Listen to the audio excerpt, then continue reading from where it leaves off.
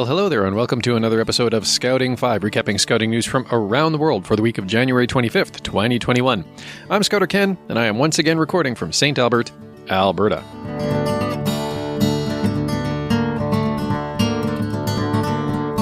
A couple of news updates just locally from my own scouting council, Northern Lights Council, Scouts Canada. Some good news, some bad news. The good news is that we are able to return to a modified Stage 2 for our weekly meetings. And what that means, Stage 2, so Stage 1 in Scouts Canada's model is virtual only. Stage 2 allows us to start resuming in-person meetings. The modified Stage 2 requirements, though, limit us to exactly 10 people or less, a maximum of 8 youth and 2 scouters, at any of our meetings. So we can have up to 8 youth, 1 patrol, and 2 scouters to supervise, and we have to meet outdoors. Not the most ideal, but it is definitely, a relaxation of the restrictions that we've been operating under since December-ish, more or less. So we're definitely happy to see that.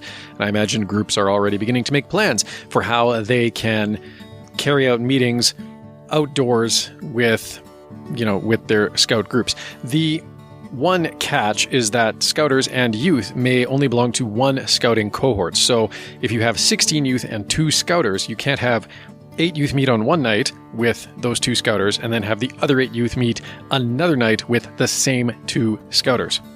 So there is sort of a need for groups to have adequate volunteers that they can spread across all of the youth that they have. But this is still an improvement over being able to only meet virtually. The bad news, though, is that Northern Lights Council has announced that the Edmonton Scouts Canada office will be closed. And I gather that a new facility is going to be constructed at some point, but evidently on review, the cost of maintaining and upgrading and keeping the old office structure at code and, bringing some of its facilities, especially its range, up to date with, modern needs and standards was just too great. And so the decision was made to close that office entirely. The building is, I guess, going to be sold off, probably demolished, turned into something else. I don't know what. A new office will be constructed. It'll be a bit smaller, and Northern Lights Council is working to partner with various organizations in the Edmonton area to get us back to being able to have access to climbing walls whenever we can actually do indoor meetings again at, say, climbing walls, and also have access to ranges for archery, pelletry, riflery. So some sad news there as well. But on the plus side, we are able to meet outdoors again. I think we mentioned this in a previous episode of Scouting 5, but it's good to reiterate. Across the USA, Scouts BSA is either they have already or are going to be soon kicking off their Scouting for Food drives because, of course, as the pandemic rolls on, as policy changes in the U.S. result in people losing their jobs take place, there's going to be a continued need for the food bank and thus for contributions to the food bank. So if you get a little notification saying that the scouts in your area are going to be coming around as part of their Scouting for Food campaign, please do consider giving whatever you're able to help out others in your community who have need. To commemorate the 50th anniversary of the U.S. Environmental Protection Agency last year, the Boy Scouts, or Scouts BSA, and the EPA signed a memorandum of understanding to create a special award encouraging members of Scouts BSA to work to protect the environment. Evidently, the award has now been rolled out. It features a new patch. It requires Scouts to earn environmental and community and health-focused merit badges. Animal science, bird study, backpacking, camping, climbing, forestry, geology, nature, oceanography.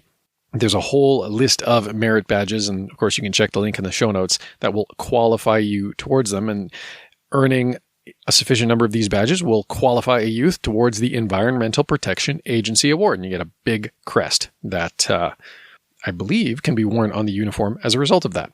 So if you are looking to build up your collection of awards, all of the requirements for the badge have to be completed by December 31st, 2021. That's when the Memorandum of Understanding, this little partnership between the EPA and Scouts BSA, technically expires. Whether it'll be renewed or not, who knows? But you have until the end of December 2021 to work on the badge work on the merit badges to rather get the big badge. And one more story from Scouts BSA. Well, no, there's a couple more stories from Scouts BSA, but one that kind of, is more of a historical point of interest. Of course, we heard recently about the passing of Henry Aaron, also known as Hank Aaron, Baseball Hall of Famer. He died last week, I believe, on Friday at the age of 86. Hammerin' Hank, as he was also known. Just a little point of history. He was a Boy Scout. In fact, in speaking to the Atlanta Area Council in 2016, he says, "I was a Boy Scout and I was a very good Boy Scout. I know all my Scout laws. I had some great thrills, but one of them is being a Boy Scout." He did not make Eagle Scout, evidently. Some stories about his life suggest that he did. But even so, he was encouraged to join the scouting program by his dad.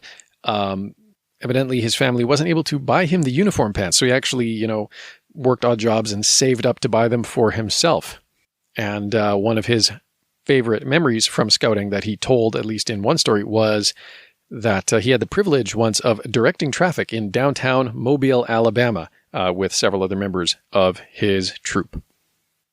Just to quickly touch on the ongoing legal proceedings against Scouts BSA and the related to, the abuse of minors by a number of scouters over a long period of time. Evidently now the Scouts BSA's insurers have pushed back on the validity of some of the claims that have been brought after seeing claims grow from 1,700 to over 95,000. They're basically asking a judge in Delaware who's been overseeing the proceedings to allow for discovery on the individuals who have filed these claims and also on their attorneys. Just, the latest wrinkle in this ongoing Chapter 11 bankruptcy case and abuse incident case that is probably going to be percolating in the news surrounding the Boy Scouts of America for a little while yet to come. And I don't believe we have Scout Sunday here in Canada. At least I don't recall ever hearing about it. But if you've never heard about it, Scouting Anniversary Day is February 8th. That's sort of the founding date or the birthday of the Boy Scouts of America. And it's preceded by what is called Scout Sunday. So in 2021, that will be February 7th, according to the BSA's calendar of religious observances. Much like the how things like Easter, right, are dated as, the first Sunday after this or that or the other thing or the whatever.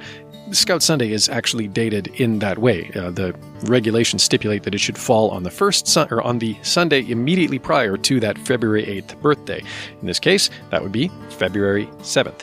And there are, of course, official guidelines that churches that want to celebrate Scout Sunday can adapt for use in their respective liturgies. And not just Christian churches. There's also Scout Shabbat, which is on February 5th and 6th, again, falling on that Sabbath just prior to the birthday of Scouts BSA.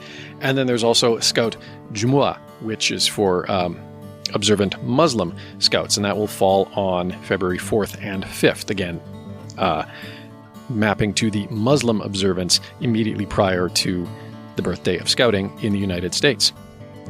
So, if this is not something that your religious community has ever celebrated in the past, but it's something that you might be keen to see them celebrate, approach your pastor or your rabbi or your imam and see if they'd be willing to. And if so, you can point them to Scouts BSA. They do have resources that can be used to structure a service.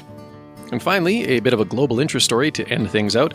The World Organization of the Scouting Movement, along with the World Association of Girl Guides and Girl Scouts, have been nominated for the 2021 Nobel Peace Prize.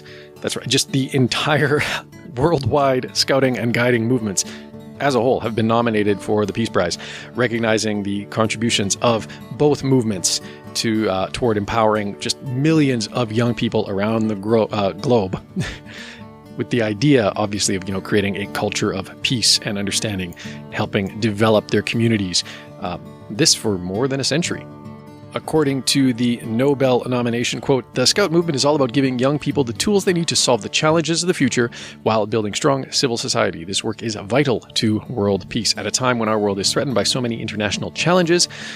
Be it climate, wars, or pandemics, we need a counterweight to egoism and nationalism. We need to offer young people a chance to rally around a set of common values and the belief in service, not only to one's own community, but to international society. And that is all the news I have for you this week. Thank you again for listening, and until next time, be prepared.